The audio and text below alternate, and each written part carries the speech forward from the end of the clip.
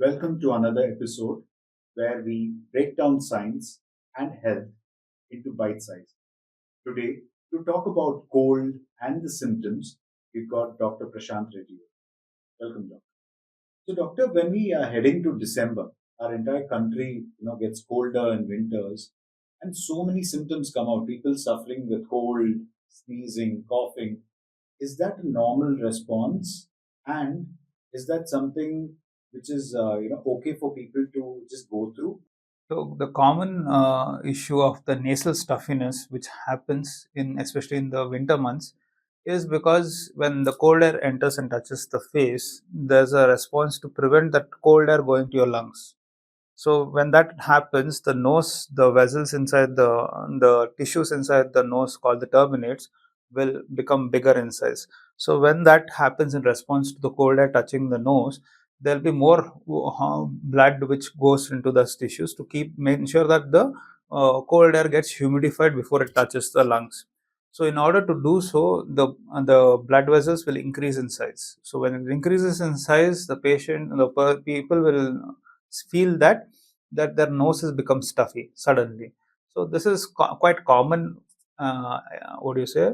Response of your body to your cold air response. So it's basically just a body's response to the environment, and there's nothing which we have to worry about. Not really. Not usually. It doesn't require to be worried about. There'll be a few sneezes and sniffles. That's because when the blood supply increases, obviously the mucus cells in your nose will start secreting more. So that's why you'll have a little bit of stuffiness and a little bit of runny nose and stuff like that. But that becomes a very good breeding ground if at all it gets infected with bacteria, and then people will develop fever. So till you have any fever, just a small stuffiness of nose doesn't require any major concern.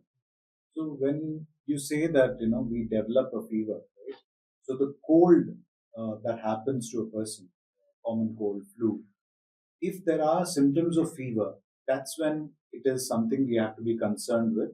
If it's just sneezing, it's just the body's response to the weather. Yes. So again, sneezing can be because of allergic reactions to if a person is having allergic rhinitis where they consistently sneeze every day morning when they wake up or when they touch cold water or anything like that. That is a separate entity. But regular cold, which stuffiness which you get in the winter time, is again just because of response of your body to cold air. Okay. So, is it safe to say that cold, when it happens, or a person gets infected with a flu, that is totally different from just sneezing when you get a gush of cold air, or maybe suddenly you entered into an office where the AC is a little too high and your body just responds and you sneeze? That is completely natural. Yes, that is a normal defense mechanism of your body to ensure that the cold air doesn't go into your lungs and cause more bronchoconstriction, or where when the cold air goes into your lungs, it causes sudden collapse of your bronchi. So that leads to you having difficulty in breathing. So that is what is being prevented by this mechanism. Okay. It's basically going to warm up the air which you inhale inside. That leads to better control of the warm air getting absorbed into your lungs. Okay, so when you say, warm air gets absorbed into the lungs, so is that why we are, seeing a lot of cases when we go into a cold environment, right? We just want to cover our nose and try to breathe in as warm air as possible. So it's something which is necessary for the body, or is it just something that people are used to? Maybe I feel more comfortable with a warmer air or something like that. No, so the body temperature, you do realize it's around 36 degrees centigrade or 96.5 degree Fahrenheit. So if the cold air, which is the outside air, is cold, so if it goes into your lungs, anything which is cold, the blood vessels will shrink. That's the response of any blood vessel. So when it suddenly shrinks, then the oxygen which has to be absorbed into your body to stay alive will reduce. That's the reason why it is going to be difficult if you inhale cold air. Okay, so it's something like what we see about frostbites and other things, right? So certain areas of the body which is exposed to cold air or environment, the blood circulation there stops. So it's something similar which could happen in the lungs if there is a lot of cold air entering the lungs. Yes. Okay. Exactly. So partly true, because in the lungs it's the reverse. So the arterial blood which goes into the lungs, especially through the pulmonary artery, is the deoxygenated blood. So the arterial flow will carry the deoxygenated blood, and the venous blood which goes back to your heart carries the oxygenated blood.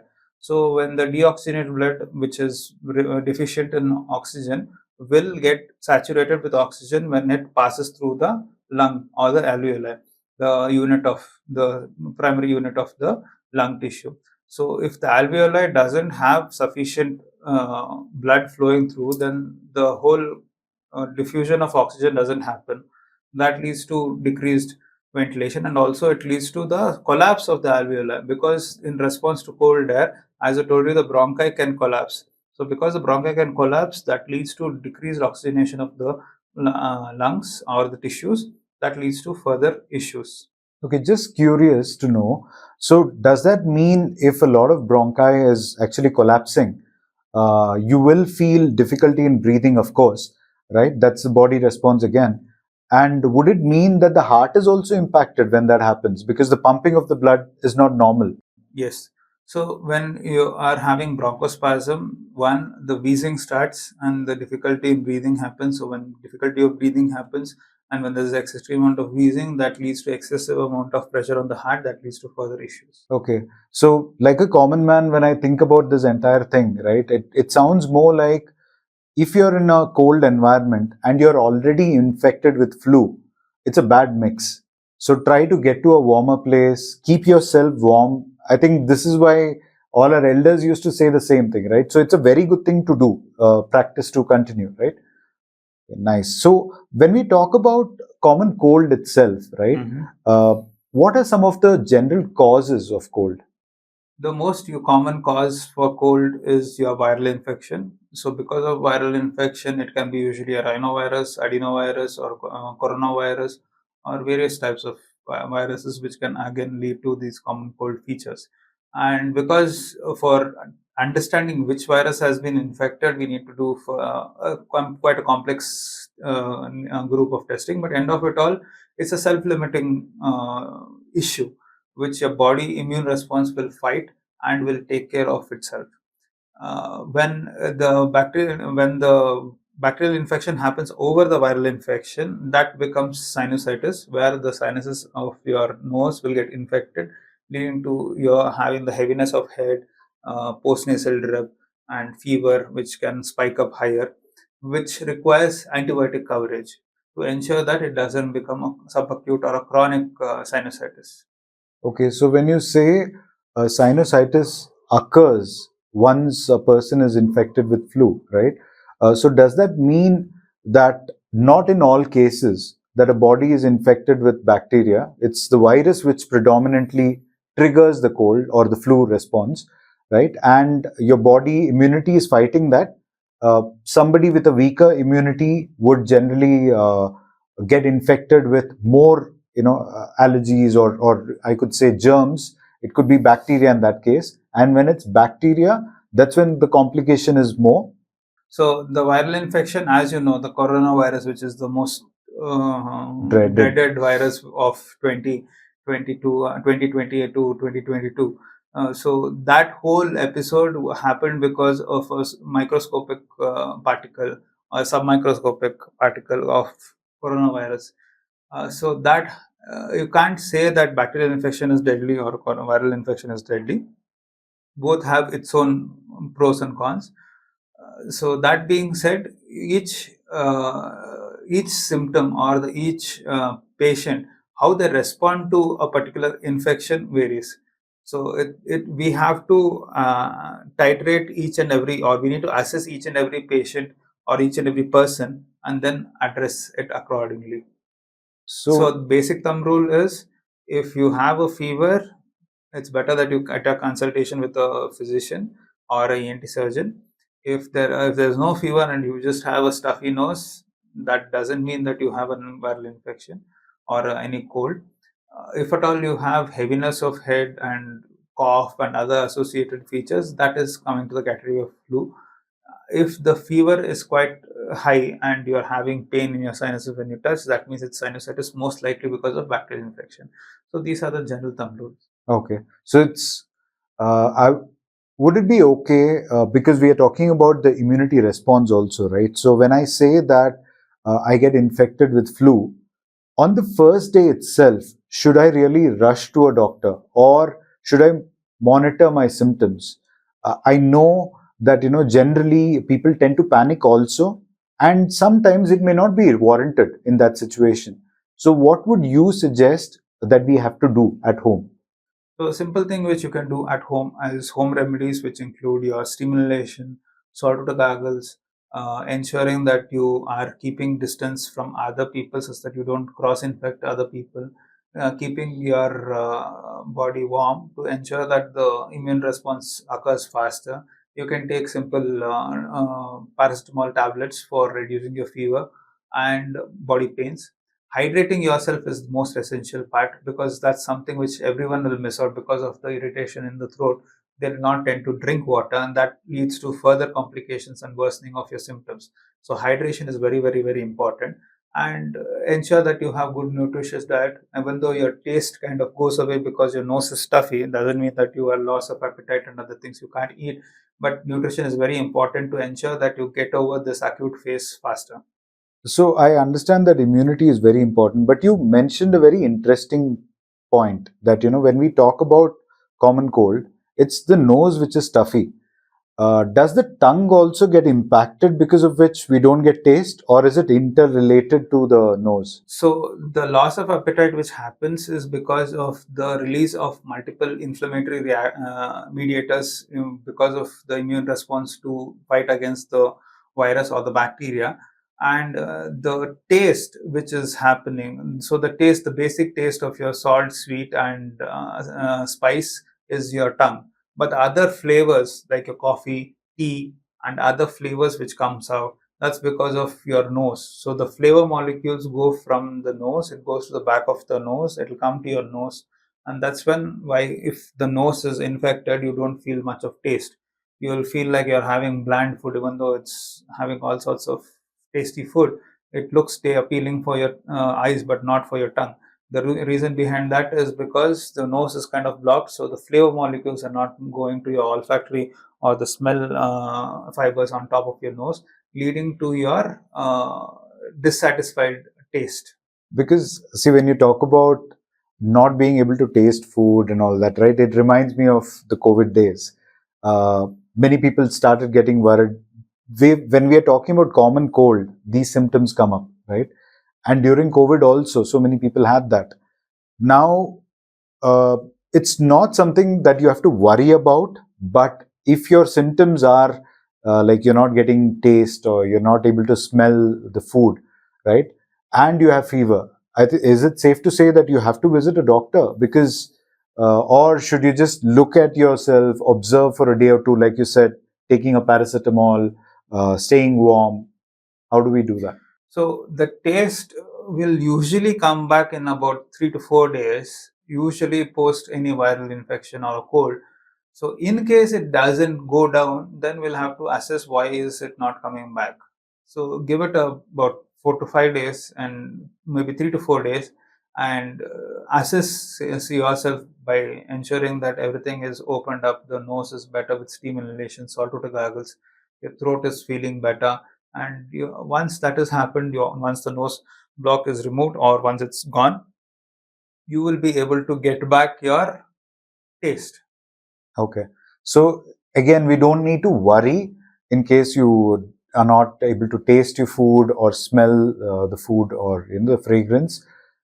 It's not something to be worried about, but watch out for other symptoms. Like you said, if there's heaviness in the face, and if there's pain whenever you touch parts of your face or any other place, right? So if it is impacting something, your breathing is getting impacted. Those are some things we have to look at, and not just taste and smell. So you need to look at overall aspect of yourself. So if the fever is coming down to less than 100, nothing to be worried. If it's constantly above 100, even in spite of dolo, then yes, you'll have to go to a doctor and assess yourself. If you're able to walk around and be independent and continue your work, well and good. If in case that is not happening, you have to visit the doctor. If you are having severe pains in your joints which you can't move around for, yes, then you'll have to visit your doctor. If you have any other stomach issues like diarrhea or anything, because of nowadays what's happening with the viral infection, people are getting cold and also having multiple stomach aches and other issues, then yeah, we need to assess what's happening. If there's diarrhea and if you're dehydrated and you're not able to drink sufficient water, yes, you'll have to visit the doctor. So these are the multiple things which are the red flags where you need to go and visit the doctor as soon as possible. So These are just a few. But if at all you feel that yes, you're not fine, then you have to go and visit a doctor. It's a subjective feeling which you yourself have to decide. It's not by anyone else. but see, coming back to what we were talking about in terms of your body's response and how you feel, right? I've seen all of these, or I heard a lot of these legendary stories where somebody's grandpa, whenever they get a fever or cold, right, they take some soups, maybe a mutton soup or something like that, and then go under the blanket, and they're all fine after sleeping for 5 to 6 hours. Very spicy soup, maybe something like that. And is it something, when we talk about these kind of remedies or legendary stories that we hear, right? Is it something which is only applicable to that individual, or should we all try to see if that works for us? Well, if a person is a meat eater, yes, those soups will definitely work. But for many Indians who are pure vegetarians, you can have any kind of soup, basically any vegetable soup which has good amount of nutrients, which will have the sufficient amount of electrolytes, will replenish your electrolytes in your blood, and the tiredness and the sickness will go away. And soup being a hot liquid, you consuming it will make your body more warmer and ensure that the viruses get killed faster. So the defense mechanism of the fever is to Through the hot. ensure that the pathogens get killed. So if you take a crude manner, then how we do the steam Boiling of water. water basically. So basically that's what is happening. So when the temperature increases, the viruses are sensitive to temperature, and bacteria are also sensitive to temperature. So they get disrupted and they die. So the defense mechanism, or the immune response, when it goes beyond a certain limit, this is what happens. Okay. So So- everything in moderation is good. Whenever it goes above, it's bad. Okay, so you can try these things at home. Some things that has worked for your parents, somebody in the family. You can try some of these remedies, but you have to know your body well. I think that's the message, the right? message which has to be driven through. Because if you don't understand your body, something which has worked for 10 different people may not work for you. Exactly, that's what is medicine. Medicine, one thing which works for one person never always means that it works for other person. So the same tablet which works for one particular individual might not work to other individual, or it might be what do you call, the allergy to that particular medication. So again, customization of treatment is what is important. Ensuring that you get assessed and then get treated individually is important. Self-assessment is something which can be done subjectively only if you feel that you're okay. The moment you feel no, you're not okay, you need help, consult the doctor. Yeah, is it safe to say that when you're talking about self-assessment, right? Uh, Obviously, every doctor, when they look at that particular patient, the combination of medicine differs. I'm sure there'll be some favorite medicines for any doctor, right, which they go to. But they'll know that if it's a 50 mg or 5 mg requirement for that patient, and something else will increase or decrease according to the patient. And similarly, if we know our body well, if I know that the hot soup works every time, I can safely take that hot soup, try it out for a day, see how my body responds, and then take a call, right? So if my body is not responding, I need to know better, not listen to other people, especially not AI or ChatGPT or any Google for that matter, right? But it's body, or sometimes even the family members, they'll be able to assess as well. They would have seen us go through different cycles of cold and fever. So when you pick on those symptoms, take that call, go to your family doctor because they know your history. I think talking about ChatGPT, even if ChatGPT knows about all our medical history, it might be able to do some level of justice. Is it fair to say, or am I pushing it? You might be pushing it because ChatGPT might not know your full entire history, because I don't think everyone will put in their whole files of data from day one, and your family doctor would be knowing who you are and from the past of history of whatever you have. So it's something. ChatGPT is useful for the physician per se as such, in guiding the physician to take a better decision, to check if there's any cross reaction of any particular medications with any pre-existing medications that you're taking.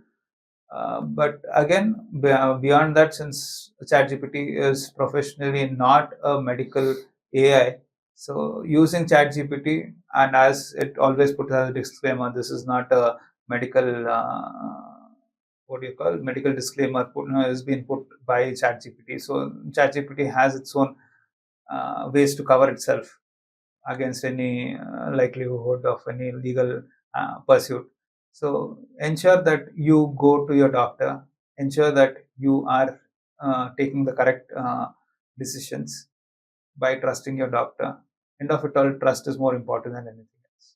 I totally agree. I think, it's a very deep topic. We'll probably discuss on that as in a separate episode, because it's important for people to understand what's the difference between interacting with a human being. I think many of us are missing on that these days, right? When we talk about how personal interactions with family members have changed now, dynamically changed compared to what it used to be just 5 years ago, right? People are very comfortable chatting with AI versus chatting with a partner, chatting with a sibling. So I think it's a very deep topic. We should take it up, doctor. If whenever you're available, we'll probably get into it. But coming back to cold and symptoms of cold and how to get rid of them, right? Uh, when we talk about the symptoms, as long as I have symptoms of cold, is it remaining contagious, or can I still be having, or carrying the viruses and spreading it around when the symptoms are not there? Yes, so the whole aspect of the spread of infection happens before the onset of symptoms. So that's why many of us got infected with COVID without even knowing that we are the carriers. So that's the whole point of being a carrier and spreader of disease. So one has to be careful when someone has been around people who were sick, because they might be carrying the virus themselves, and later on they can get sick. Okay, so uh, whenever we are approaching December or a cold season in our respective countries or region, it's good to follow certain, procedures, or could I say certain rituals, like wearing warm clothes. It could be covering your nose, could be washing your hand, as simple as washing your hand as soon as you come back from outside, right? This is something in India we've been practicing for centuries, washing our hands and feet as soon as you, or before you enter the house, which used to be a practice. Now, most of us living in apartments don't get to do it outside the door. Uh, are these things impacting us? The cases that we see more now, is it because some of these rituals or things that we were following earlier are missing out? Yeah, so talking about the ritual, so if at all a person is for sure getting cold in the winter seasons, it's better that they take care of their nose well. So ensure that you wear a mask, a simple mask which you, when you go around, that will prevent the cold air directly hitting your nose. So that way you will also be able to breathe better, and also it prevents the viruses entering your nose.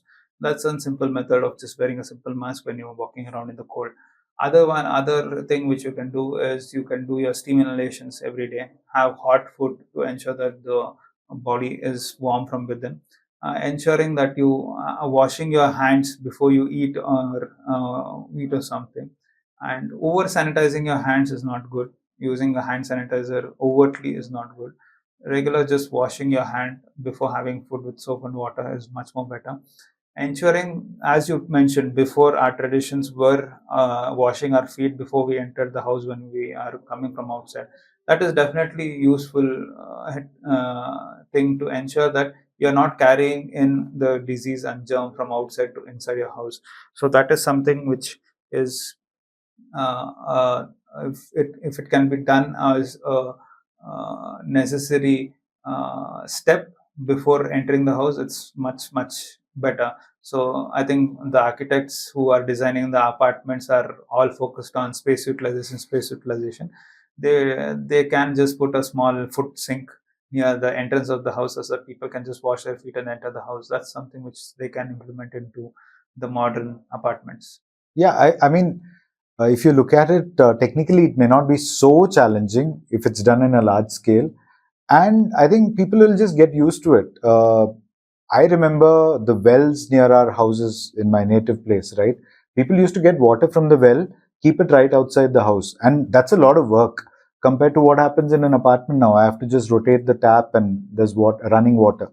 Still, we miss out on doing this. And I think snacking could be another reason why spread of germs happens so much more faster these days, because we tend to snack when we are working at our desk without realizing that we are touching the phone, laptop, and the desk, uh, which could be the places from where I can get viruses and bacteria, and then snacking on something. It could be as simple as biscuits or something, right? But it's still sending the virus inside. So snacking is something we could avoid, but generally practice all the good habits which our forefathers have been doing for centuries. Yes, that's something which has to be done in a systematic way. Okay. So when we talk about sneezing and getting these colds, right? How do we differentiate that from allergies? Because you said even if somebody is allergic to something, they also tend to sneeze, and it could happen that somebody who's allergic to something wouldn't even realize that they're having a cold or flu. So allergies are something which is a hyperimmune reaction, wherein your immunity is reacting against allergens instead of it reacting against specific pathogens. It reacts with common non-infective items like pollen, dust, dander, paint, your deo sprays, your cold AC, cold air. So all of these will trigger the allergic reaction. So the main differentiation between allergic patients who have allergic rhinitis and common cold is patients who have allergies will have these symptoms either seasonally, which comes in usually cold seasons, or when there's a transit of season, or when they are constantly having it every day. Patients who develop cold will have symptoms which occurs suddenly and goes away suddenly. Patients who have allergic rhinitis it will not come and go. It will be there constantly, and they also will know what are the trigger points. And with cold, when there's a viral infection, there's associated fever, whereas in allergic rhinitis, there's no fever. So these are few points which helps you differentiate between allergic reaction and cold. And are there seasons for allergies? You mentioned, when there is a lot of pollen in the air, it could be dust also. So, are there some seasons where people get infected more or affected more? Yes, so that's why I'm telling it's seasonal. So in certain seasons, the pollen which is being released by the plants will vary from season to season. So in cold season, some people will be more affected with allergies. Some people will be affected more in the summertime. A few people will be affected when the rain falls first time. So and also people will have allergic changes when the weather changes frequently. So when there's a sudden transition from a cold climate to a hot climate, hot temperature suddenly, and then again it goes back to cold. So that's when people fall ill. Okay. And when we talk about sneezing and the nose getting blocked, right? I've seen a lot of people obsess about clearing their nose, blowing out their nose. Some people just don't do that. They just suck it up, right? So, which is a better thing to do, if at all, or is it something again specific to a body? It's a habit formation which once people develop it from childhood. So a few people will be happy to blow the nose, few people will be happy to snort it in. It depends on patient to patient. Generally, normal people, when in normalcy, the mucus whichever is formed is going to be pushed to your back of the nose. So it will go to your back of the nose, and that's when it will be swallowed, or it will go to your gut and it will get absorbed. That will prevent the loss of water content in your body, and that will also prevent the dehydration. That being said, it's totally habit formation from childhood. Whether you want to blow it and clear it, or snort it and then clear it, it's varies from patient to patient, a person So to person. it's there's nothing better than the other. No, Because not I've necessarily. seen, many parents tell their children that you have to blow your nose, ensure that it's going out, the viruses or germs don't go back into your body. So even when you why the reason why I told you can swallow it is when you swallow it goes to your stomach, where the acid content in the stomach will kill any kind of bacteria and virus. So you can as well just snort it in. Okay, at least you're saving on some amount of fluids, right? Because Yes, during the cold, the body is losing out on fluids and we are not taking in enough. Uh, exactly. does that impact some people? I've seen some people when they try struggling to blow out their noses, and when they're doing that, they take a lot of time. Does that really burst some veins or arteries in the nose? Very curious. Yes, it does. So when you put excessive pressure to blow your nose, when you are blowing your nose, the pressure inside your chest cavity will increase, and also in your brain it will increase. So the chances of the blood vessel to rupture is higher, either in your head or in your heart or anywhere in your body. So blowing excessively is not advisable. Okay, so whatever is just flowing out, if you want to clear it, that's fine. But if it's a blocked nose, don't put pressure. Exactly. But how do we solve it then if it's a blocked nose? So steam inhalation. Steam Okay. is the best mucolytic. So it will lyse the mucin and it will ensure that it will flow out much more easily. And just regular medication should suffice. And yeah, that's about it. No, because there are a lot of these claims. I don't want to name names, but we talk about these different types of substances that will help you relieve the nose block from a nose block. So does that really help? Uh, if it helps temporarily, also I think sometimes you need that temporary relief. Or does it have a long-term impact if you're excessively depending on that? So most common things which patients do to ensure that they get rid of the nose block is they use nasal decongestants, which is usually available over the counter. So the issue with the nasal decongestants is it gives you instant relief, but in the long term, it is bad for your body because it causes a condition called rhinitis medicamentosa, where the tissues inside the nose will be permanently enlarged, leading to your no relief of your cold or nose blocks. Okay. So when we talk about, a cold in general, right? Is there a trigger that happens because of the types of nose? Coming back to ENT, because you would have seen some cases where type of nose or the septum, if it's bent or anything like that, tends to trigger more of cold, although it's caused by virus, right? We're not talking about allergy. Does that still have an impact? Yes, so the structure within the nose is very important and sensitive to from patient to patient, which can lead to the susceptibility of cold and cough and allergies. So if the septum is not straight and it's kind of twisted, so when the twisting happens, there will be one surface which can be sharp and the other surface which can be bent.